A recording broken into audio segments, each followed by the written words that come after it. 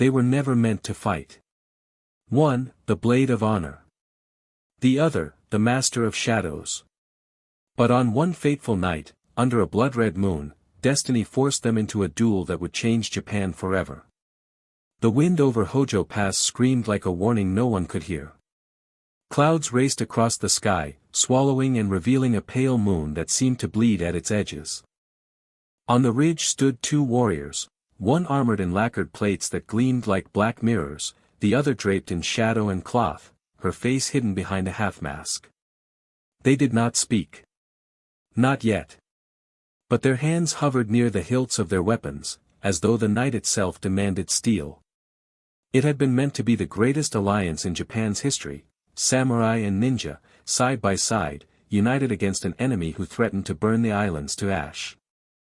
Yet here they were, on the eve of battle, ready to spill each other's blood. 2 months earlier, Lord Daigo of the Akasaka clan had summoned the fiercest samurai from across the provinces to form an army. Their mission, to crush the warlord Ishida Ren, whose forces had already razed 3 castle towns and seized control of the northern trade routes. But Daigo's advisors knew that swords in the open field would not be enough. Ren's fortresses were walled like mountains, his assassins slipping like smoke through even the smallest cracks. The answer came from the shadows, the Kurokes, a clan of ninja whose skill was whispered about in the marketplaces but seldom seen. Their leader, Lady Sayo, agreed to fight beside Daigo's men, on one condition. Her clan would operate independently, taking their own orders. Daigo agreed, knowing victory required more than pride. For weeks, the samurai and ninja fought side by side.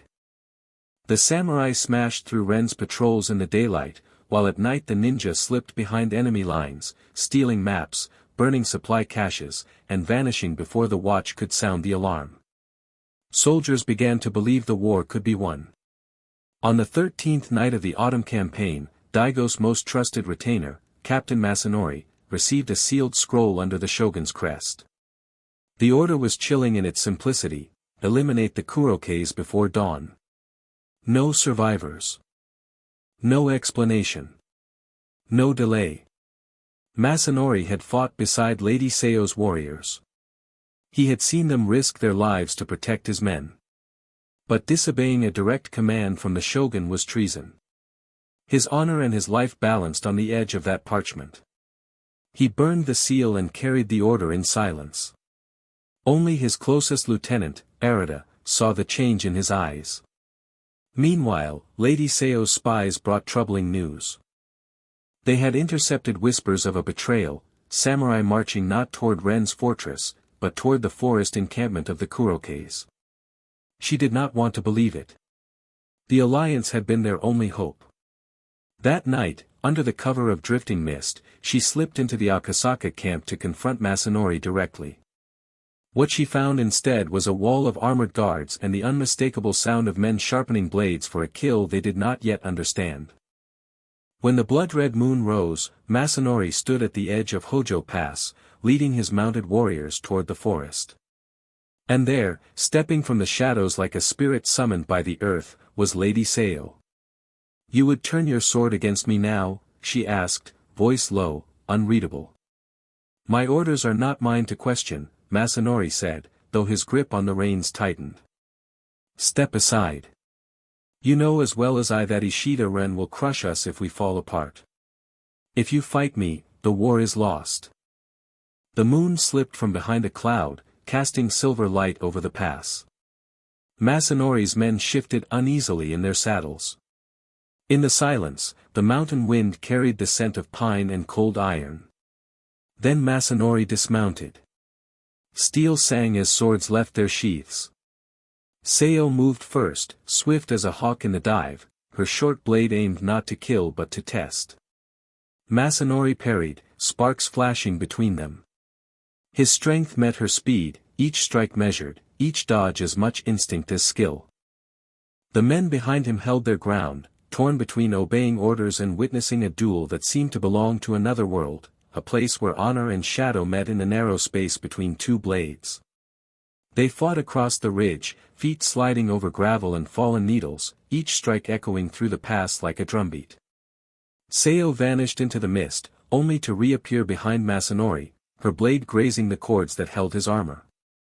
He countered with a sweep that would have broken the ribs of a lesser fighter, but she rolled away, vanishing again. Somewhere in the chaos, the first drops of rain began to fall. Far to the north, Ishida Ren's scouts watched from the tree-line. They could not hear the words between samurai and ninja, but they saw enough to understand, the alliance was breaking. And in that moment, Ren smiled. The storm that would decide Japan's fate was gathering, but it would not come from his hand alone. When the rain turned to a downpour, both warriors stood panting, swords at the ready but neither willing to take the final step. Lightning lit the pass, revealing faces wet with rain and sweat. "This is not over," Sayo said, backing into the shadows. "But if you come for my people again, I will not hold back."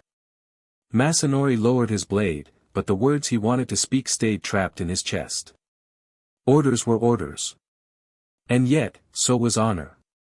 By dawn, the Kurokes had vanished from the forest. The samurai stood alone in the rain, their unity fractured. Neither side knew it yet, but the duel that should never have happened had already doomed the campaign, and set two legends on a path that could end only in one survivor. The rain did not stop with dawn. It came down in thin, slanting sheets, painting the mountain paths with silver and mud. In the camps of the Akasaka army, embers hissed in drowned fire pits, and men moved like ghosts between sagging tents, their armor spotted with rust where the lacquer had chipped away. Captain Masanori sat beneath a canopy, his helmet resting on his knee.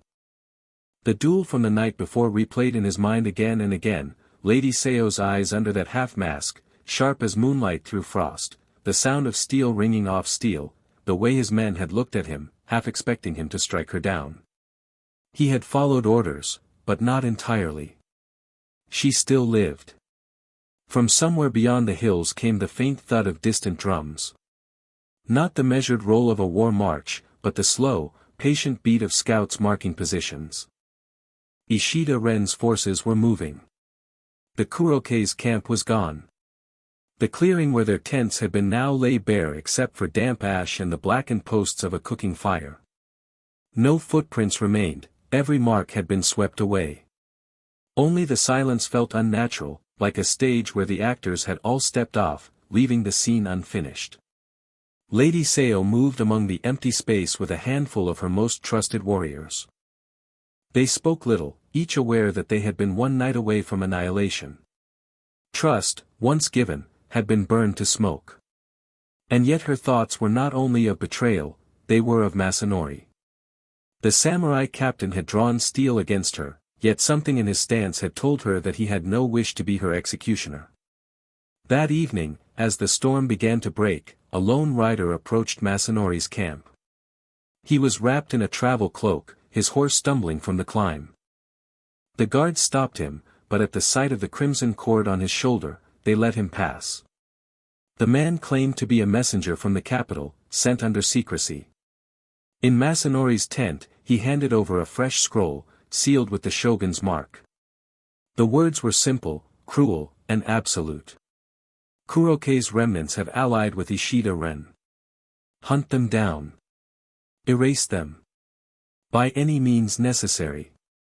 Masanori closed his eyes. Lies, he thought. This was not war, it was erasure. Far to the north, Ishida Ren stood atop the walls of his hill fortress, the wind tugging at his red battle cloak. He was younger than the legends claimed, his face unlined but his gaze hard enough to bend iron.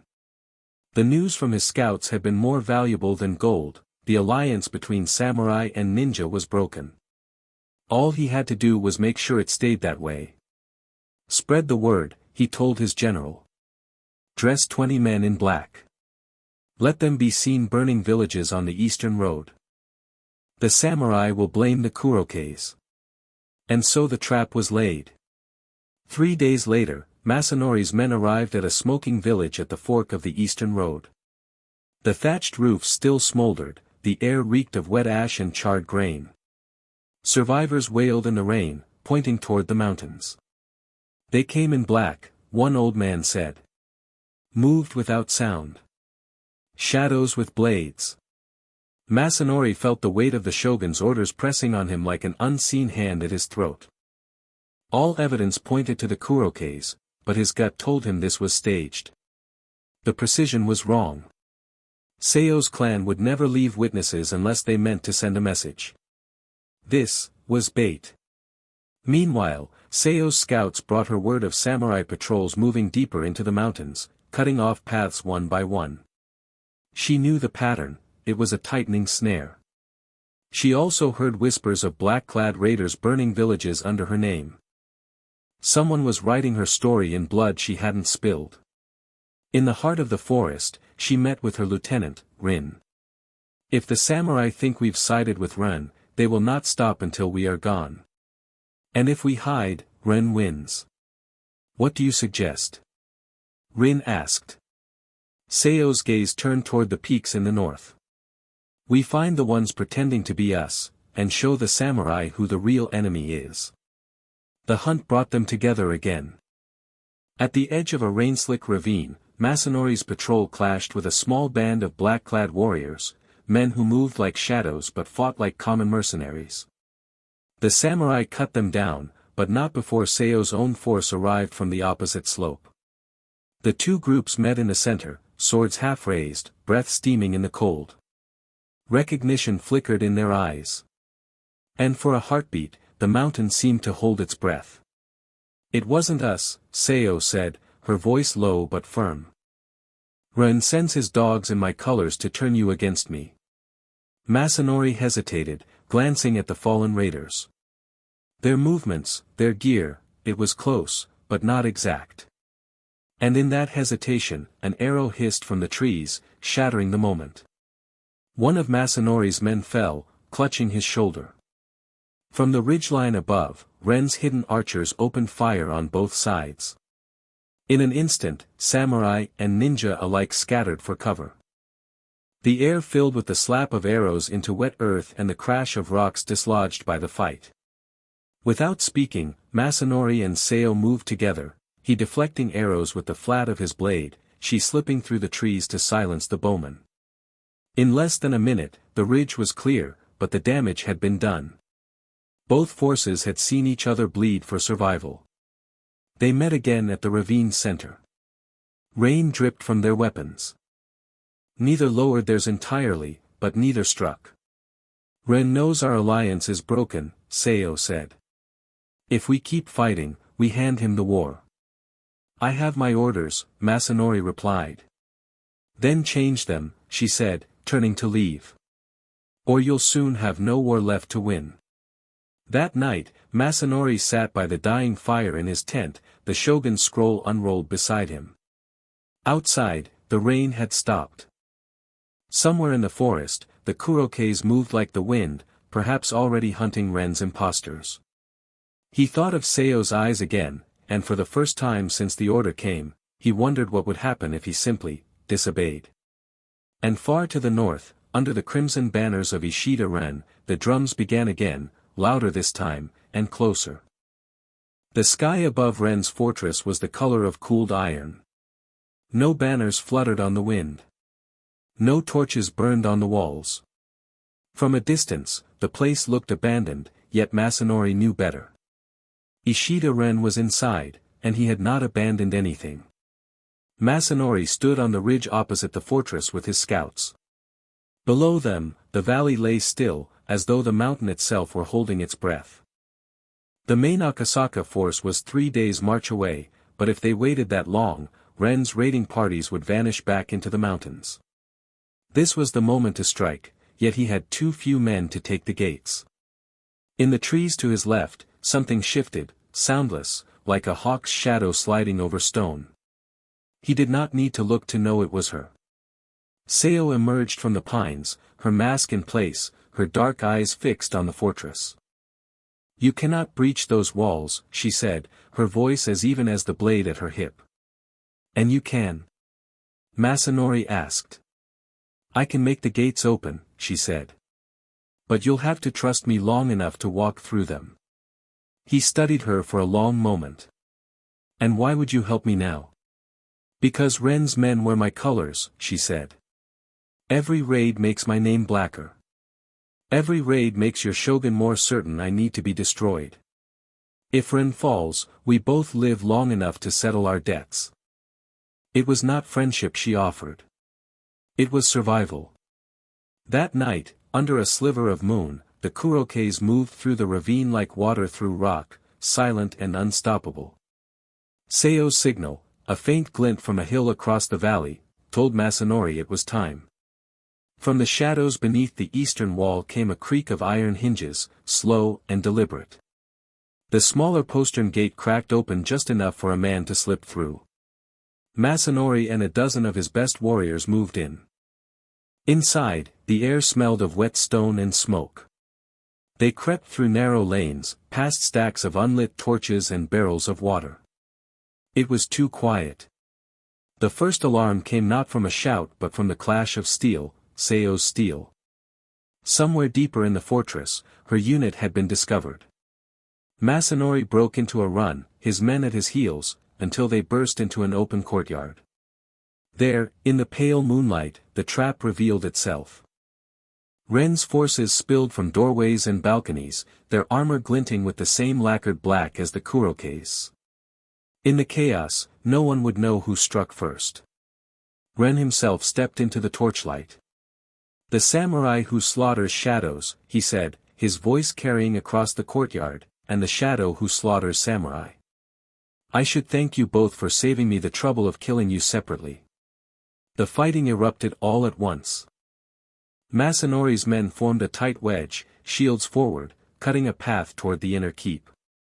Above them, Seo's warriors leapt from the rooftops, striking from angles no soldier could guard against.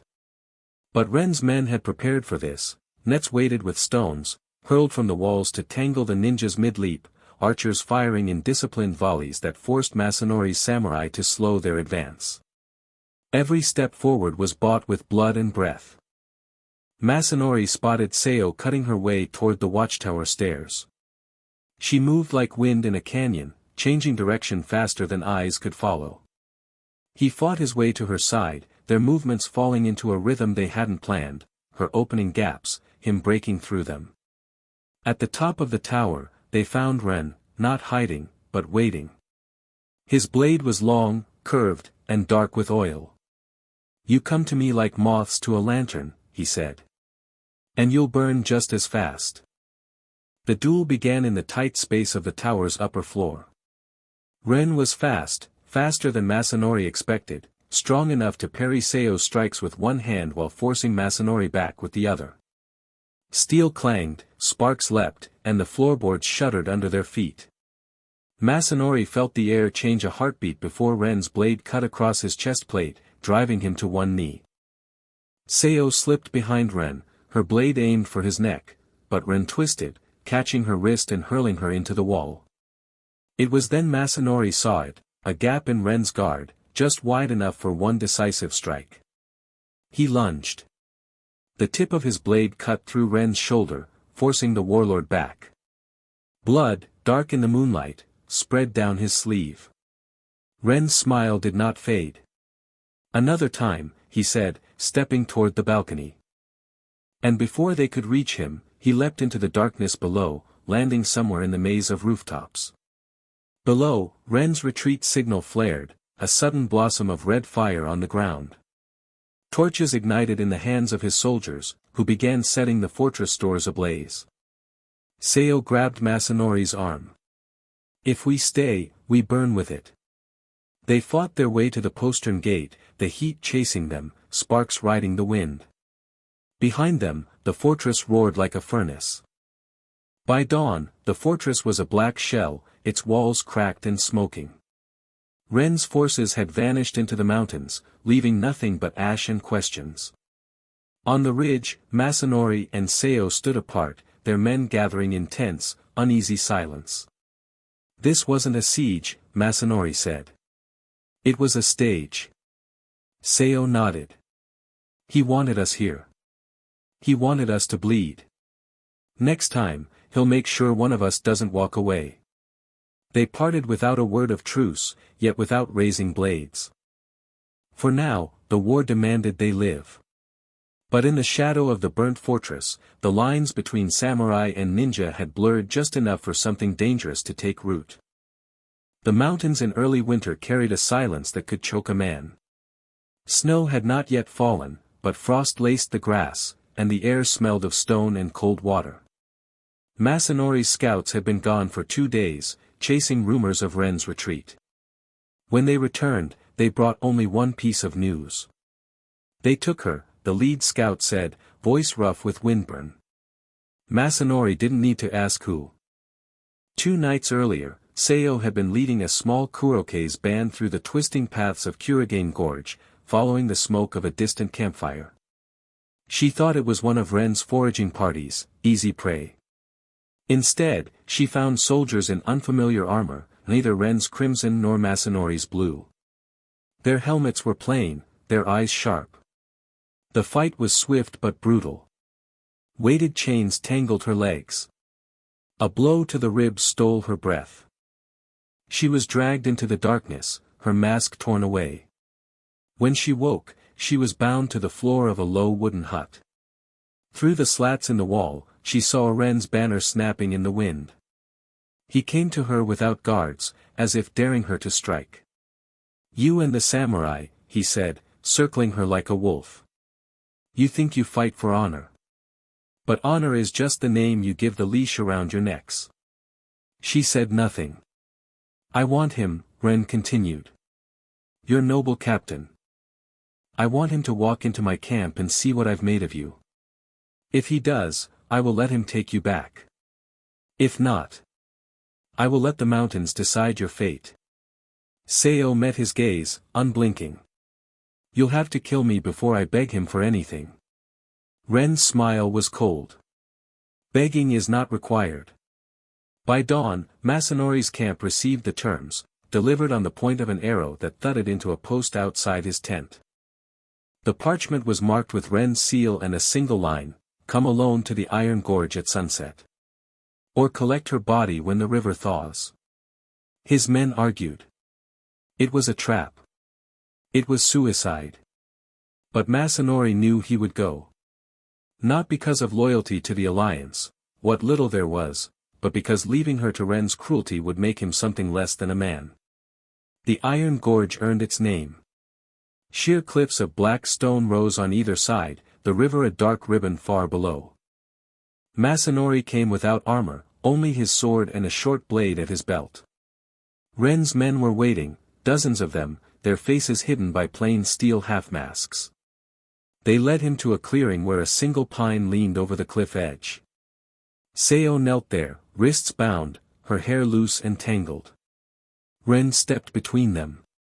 You've come to trade your life for hers, he said. How touching. And how pointless. Masanori moved first. His sword flashed toward Ren's throat, forcing the warlord back. Ren's men surged forward, but Seo had already cut her bonds on a hidden blade sewn into her sleeve. She dropped one guard with a strike to the neck, caught his fallen spear, and spun it into the next. The clearing became a storm of movement, Masanori holding Ren at bay, Seo cutting through the ring of soldiers with the precision of a falcon strike. Ren was stronger than before, his wounded shoulder bound in black silk, his strikes heavier. Masanori's arm numbed under the impact of each blow. The fight spilled toward the cliff's edge. Ren feinted left, then drove forward, his shoulder smashing into Masanori's chest. The world tilted, air, stone, river. Masanori caught the pine's low branch, the bark ripping at his hands. Ren raised his sword for the killing stroke. But Seo was there, her spear darting between them. The tip slashed Ren's cheek, forcing him back. She gripped Masanori's forearm, hauling him up with a strength that belied her frame. Together they backed away from the edge, their breathing ragged. Ren didn't chase them. He stood at the cliff, blood running down his cheek, and laughed. Run, he called. Run as far as you like. The mountains belong to me. When they reached the tree line, Seo stopped. You should have left me. Masanori shook his head. And you should have let me fall. But here we are. They moved into the shadows of the forest, neither speaking of the strange, bitter thread of trust that now bound them. Back at his camp, Ren traced a finger over a map spread on a low table. Pins marked villages, mountain passes, water routes. 2 pins, one blue, one black, sat far too close together. Let them run, he said to his general. Every step will take them deeper into my game. The trail into the high country narrowed until it was no wider than a man's shoulders. Wind howled across the cliff, carrying the sound of a distant bell. Masanori glanced back at Sayo, she was already scanning the rocks above. It's a signal, she murmured. A shimmer in the air revealed thin wires strung across the path. Sayo's blade flicked, cutting anchors so the lines dropped into the abyss instead of toward them. The bell chimed again. They rounded a bend and found 5 figures blocking the way, hooded, silent, moving like Sayo's clan but not quite. Ren's imitators. The fight was tight and fast, steel ringing against stone. One man slipped on the cliff edge and vanished into the gorge. Sayo's precision and Masanori's strength broke the others, but the leader simply smiled, nodded to the ridge above, and stepped backward into the void. The path wound higher, into a chute carved with fresh steps. Pitch clung to the grooves, another trap. They moved carefully until the chute opened into a bowl-shaped clearing. At its center, a small cairn. Sandfall, Sayo said, pointing to the cord leading to a notch above. It'll bury us to the knees. Then arrows. Instead of crossing, they found a crack in the rock and slipped behind the rim. From there, Sayo jammed the trap's release. It would spill harmlessly into the ravine. By dusk, they reached the knife spine, a narrow ridge between 2 skies. Hidden triggers waited in the rock teeth, but Sayo disabled them one by one. Halfway across, a watcher appeared on the crown and closed his fist. Ice, loosened from the heights, slid toward them like a white wall. They dropped flat as it roared past, shattering on the far teeth. When they reached solid ground, neither spoke. But both knew, Ren wasn't just hunting them, he was shaping the road beneath their feet. The rope bridge swayed under the weight of barrels, baskets, and the hurried steps of villagers carrying what little the winter would let them keep. Sayo stood at the center, her eyes flicking between the approaching torches of Daigo's column and the black shapes gathering in the woods to the west. 50 minutes, she murmured. Masanori's grip tightened on his sword. They'll be here sooner. The first wave came from the west, Ren's men in stolen armor, their faces painted pale. They tried to rush the bridge, but Sayo met them with a precision that turned every plank into a trap. A foot hooked behind a leg, a blade catching the light just long enough to blind, each move bought more time. From the east, Daigo's vanguard appeared, blue banners rippling. They halted when they saw Masanori's stance. Recognition flashed in their eyes, and confusion. Daigo himself rode forward, a figure carved from iron and stubbornness. Step aside, Masanori, he called, voice cutting through the cold air. This storehouse belongs to the clan. It belongs to the people, Masanori answered. You would defy your lord for a handful of peasants? Daigo's voice hardened. You disgrace your armor. Before Masanori could answer, an arrow whistled between them, striking the plank at Daigo's horse's feet. Ren's forces had moved closer under the cover of the argument, their archers now in range. Daigo wheeled his horse. What game is this? The kind where we all lose if we keep talking, Sayo said. The bridge became the eye of a storm. Ren's soldiers pressed from one side, Daigo's from the other, neither willing to admit the other was not the real enemy. Sayo and Masanori fought back to back, their blades turning away strikes meant for them and for each other. It was Daigo who broke first, not with retreat, but with clarity. Seeing his men fall to Ren's disguised warriors, he roared for his troops to turn their blades west. For a brief, impossible moment, samurai and ninja fought the same enemy. Ren's archers loosed fire arrows into the bridge's ropes. Flames crawled upward, licking at the hemp. Now! Seo shouted. Villagers had crossed. Supplies were safe. Masanori slashed the last rope, and the bridge dropped into the gorge with a groan. Ren's men on it vanished into the dark.